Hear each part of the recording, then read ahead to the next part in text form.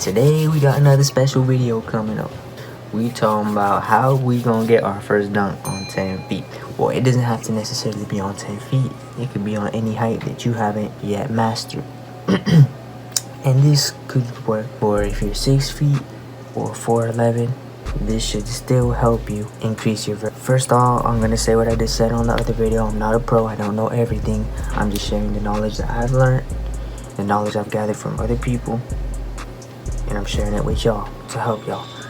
But first things first, I'm pretty sure you've watched a lot of videos like this, so I'm gonna try to keep mine different because I want to make sure that you walk away with at least one new thing that you've learned from my video. So the first thing that you've probably heard a lot is approach. Everyone's gonna say you gotta learn your approach penultimate for 2-step jumpers, and what you gotta do for 1-step jumpers. But now what I'm gonna do is I'm gonna give you a different way to visualize things. Alright, so think about a plane. A plane to take off, the plane needs speed, a lot of speed so it can take off vertically. So what you need to do is you need to start slow and then gain, and then when you're leaving the ground is at the point when you mostly have speed, when you're going fastest. Also in a plane, every mechanism has to be working correctly, and it's aerodynamics for it to be going straight through the air. Same with you. Now, you know, we don't got to be talking about your aerodynamics, but it's similar in the way that you have to have everything correctly. And I'm going to break that down with you because there is a lot of different impulses and different things you can do to lift you up. So the first thing I'm going to start with is your feet. For 1-foot jumpers, I'm going to start with 1-foot jumpers, then go on to 2-foot jumpers. For 1-foot jumpers, hold up. Alright, first things first, when you're running fast, alright, think about this is your ankle. Alright, so you're coming, it's a skinny ankle. Boom, boom, boom, you're running. This is the ground. You come here and you lift like that. You're running and you lift like that. You know what I mean? Hold on, like these. Oh, oh. Like these. Oh. You kick off like that from the ground, you know? Boom. That gives you impulse to go up. So that's the first thing you gotta do to take flight. Second thing you gotta do, adding on to the thing with your feet, that's to push off on the ground. Say I'm dunking with my right hand, you're gonna wanna lift off like that. Shoot up. That's gonna create more impulse.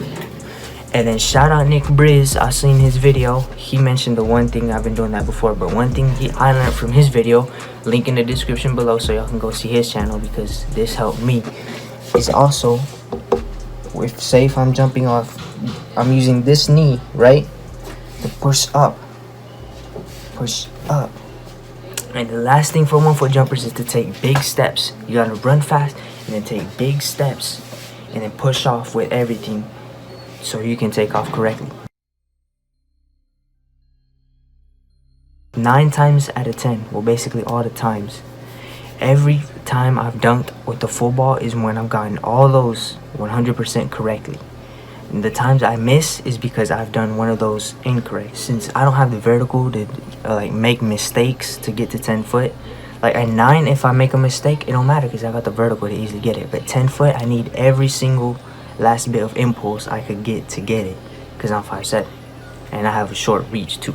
That's tough. I need, and you need, for any height that you haven't mastered, you need to master all of those things simultaneously at once so you can get the most impulse, so you can go like a plane, shoot upwards, fly. So basically what I'm gonna want you to do is, after seeing the clip that I just showed you, go outside and practice it. If you have a low rim, practice it on a low rim.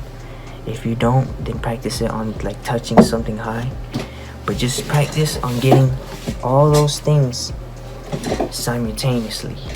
Simultaneously means all at once. You have to master all of those right at the second that you're lifting off the ground so you can get impulse to shoot up.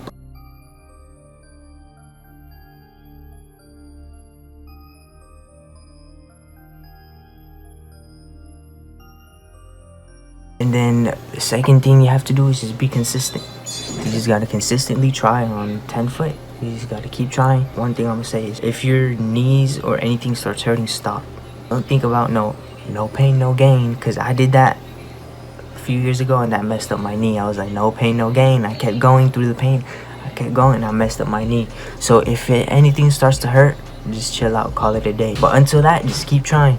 keep trying your best. Just because of that injury, I haven't been able to jump on 1 foot all the time, so I had to learn how to do it off 2 foot now. So we're gonna get on into 2 foot. So now off 2 foot, it's the same thing, same concept, same thing as the plane. Gain speed and then the impulse to take off, get altitude. All right, so what you're gonna do is you're gonna run.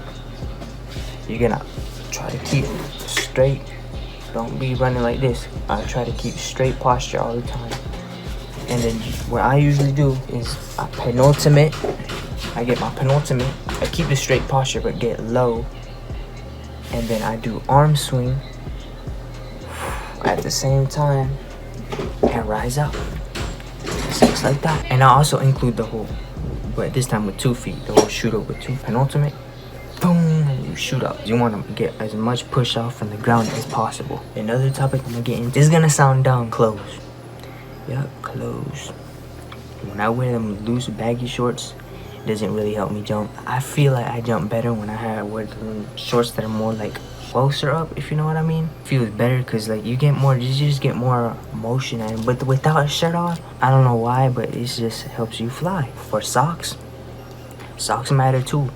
If you get socks that slide and stuff, you don't want to be sliding in the shoe. You want to get socks that are good in place. And then you want to get shoes too.